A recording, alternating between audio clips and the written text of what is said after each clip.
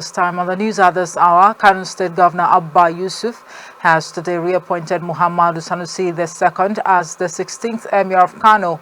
Sanusi received his letter of reinstatement at the government house in Kano. Yusuf noted that Sanusi's reappointment was based on his competence, credibility and popularity, urging the new Kano Emir to be guided by the principles of Islamic teachings and to use his position to unite the emirate, fostering harmony among the Islamic sects in the state.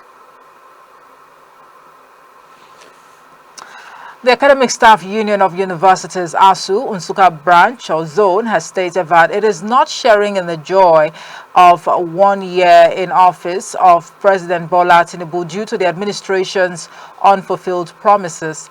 Addressing newsmen on Friday at the Benue State University, Makurdi, the zonal coordinator, Raphael Amokaha, who decried the insensitivity of successive administrations in meeting the renegotiation of the 2009 federal government and ASU agreement, said their expectations were much higher than the present reality.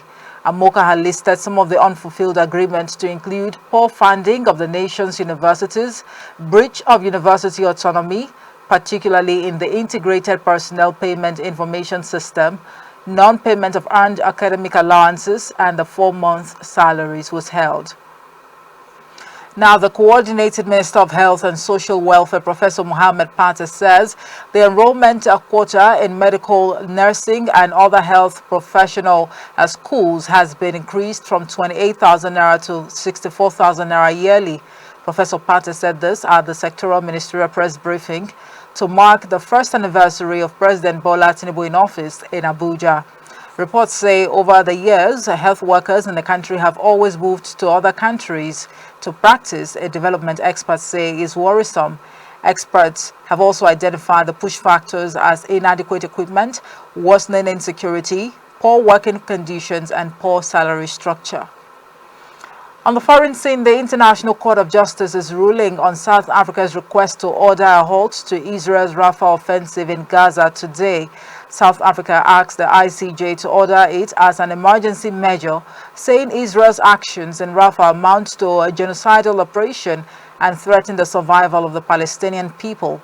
The request forms part of a larger case South Africa has brought before the court about Israel's actions in Gaza.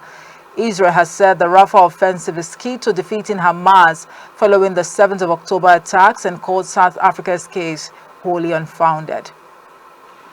And now in sports, where Nigeria will face Ivory Coast in the semi-finals of the ongoing WAFU B Under-17 Championship in Ghana on Saturday, after sailing out of the group stage on top of the table with a 3-0 win over Togo in their last group game on Thursday.